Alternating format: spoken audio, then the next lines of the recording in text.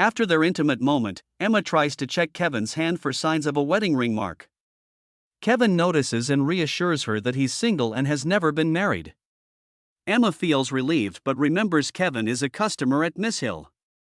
She awkwardly explains she's never dated a customer before, but Kevin laughs, reminding her they didn't meet through Miss Hill. He then asks why she turned him down on the cruise. Emma explains that she doesn't jump into things lightly and needed time to think, but this time, she came to him because he made an effort to come into her real life, not just as a vacation fling. Meanwhile, Kate and James take Kate's dad to the nursing home they decided on. As Kate helps him settle in, she remembers how, after her mom passed away, she chose to go to boarding school because she felt awkward sharing her teenage problems with her dad. Now, she gets why her dad prefers living on his own rather than moving in with her and James. James overhears, feeling even more love for Kate. Both are excited about the big changes happening with their business with the deal for Mr. Sue's amusement park almost finalized. James is so grateful to Kate that he offers to buy her anything she wants. But Kate has bigger plans. She's thinking about getting back her life insurance money to fund something she's been planning. Ginny, on the other hand, gets assigned to work with Jack on a project that involves reaching out to various stores. Jack is really good at his job, especially when it comes to use his charm to work with the female managers. This makes Ginny feel a bit jealous because she thought Jack was only close with her, but turns out, he's friendly with everyone. Later, Emma tells Ginny and Kate about her undefined relationship with Kevin. They're happy but warn her to be cautious. Emma asks Kate to help check Kevin's background, and Kate asks her to take a picture of his passport in order to do so. Kate later shares her big idea with the girls, opening a tea shop for wealthy women to gather and gossip, helping her stay connected and build business relationships. Both Emma and Ginny are excited about this idea and admire her ambition. That night, Emma goes on another date with Kevin. While he talks endlessly about his past adventure, she wishes he'd open up more about himself. Finally, after seeing Emma zone out, Kevin shares a bit about his life. He's an American-born Chinese and currently living in Hong Kong. He also mentions that he's flying back to Hong Kong the next day but invites Emma to join him on a trip to Vanuatu for snorkeling and fishing. Emma, excited, says yes. Later, Kate tells Emma that her background check came back clear. Kevin is single. Meanwhile, James is on a juice-only dinner plan for his fatty liver. To support him, Kate skips dinner too. However, James gets hungry later and secretly asks their son Henry for snacks, which Henry cleverly hid in his blanket. At work, Jack starts showing signs of romantic interest in Ginny, something even Emma notices when she visits Ginny. One night, they go out with their department for dinner, and suddenly, Ginny is hit with a severe stomachache. Jack immediately takes her to the hospital, where they find out she has acute gastritis. Ginny calls Pete, asking him to pick her up from the hospital. However, Pete tells her he's busy and can't make it. Jack offers to drive her home, but Ginny declines and gets a cab instead. That night, Ginny struggles to fall asleep again, and Pete's loud snoring clearly doesn't help. The next day, James plays football with his friends, and one compliments Kate's abilities.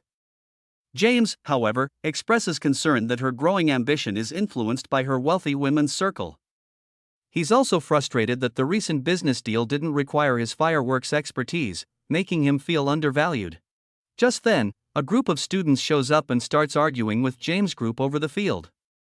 One of the students provokes James, leading to a big fight. Later, Kate and Dave arrive at the police station to deal with the situation. Dave quickly negotiates with the students, and things calm down, but Kate is mad because James's face is bruised and he's supposed to go to Beijing the next day for the project with Mr. Su. James, irritated, sarcastically says his looks don't matter as long as Kate keeps cozying up to Mrs. Su. He accuses her of treating him like a child and always tell him what to do and not giving him any freedom. Kate can't take his unreasonable behavior anymore. She knows his complaints are just veiled criticism of her efforts to expand their connections with wealthy women. It's not about the vanity, it's about the nature of their business and the need for strong relationships to keep the company running smoothly. Despite Kevin's confidence, he fumbles during the dive and loses his oxygen mask.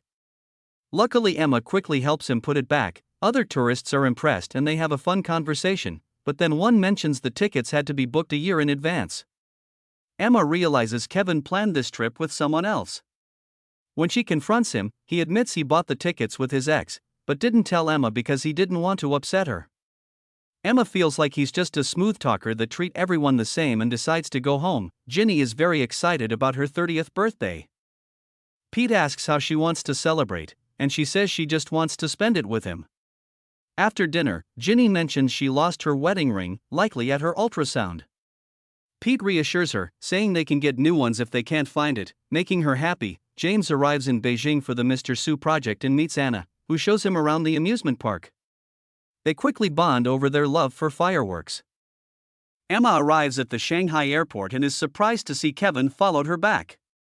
Meanwhile, Dave is arrested for selling counterfeit goods. Ginny wants to help him, but Pete thinks Dave should face the consequences. Ginny asks Kate for help, which angers Pete.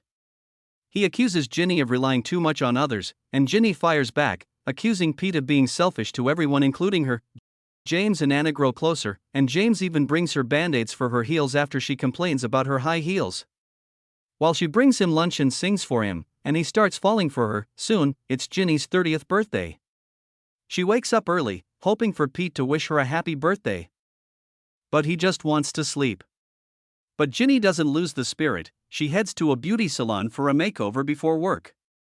Jack brings a cake, and they celebrate at the office. Right in the middle of the celebration, Ginny gets a call from Dave's lawyer, and she runs to the police station. Meanwhile, Pete is struggling to book a fancy restaurant for Ginny's birthday dinner and has to bribe a coworker to use his connection. Later, Pete's boss yells at him, accusing him of trying to switch jobs after hearing he had dinner with a rival TV boss. Pete denies it, but his boss keeps accusing him of leaking information. During this, Ginny tries calling him several times, but Pete is too stressed to answer. That night, it rains heavily. Someone bumps into Ginny on the street, breaking her phone. Pete arrives at her office to pick her up, but she's already left, so he heads home. Ginny walks home in the rain, upset and soaked. When she arrives, she's even angrier to find Pete already at home and the door still stuck like always. She finally snaps and lets out all her frustrations. They realize the door has been left open, and their cat, Pikachu, has run away. They search but can't find him. Ginny, at her breaking point, accuses Pete of not caring about her or anything else. She demands to know why he married her. Pete casually replies that he thought life would be easier with her because she's nice.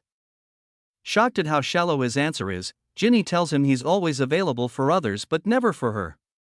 She reminds him how she's felt sick for a while, but he dismisses it, saying she's overreacting and should see a doctor. Furious, Ginny throws some of Pete's fish out of the tank. A flashback shows Pete proposing to her by hiding the ring in the fish tank. Now, Ginny thinks losing her wedding ring was a sign. She tells Pete she wants a divorce and can't live like this anymore. To her surprise, Pete agrees quickly, saying they'll meet at City Hall tomorrow at 8 a.m. Shocked, Ginny storms out of the house, crying. She spends her birthday night alone in a hotel, wishing that things will get better from now on.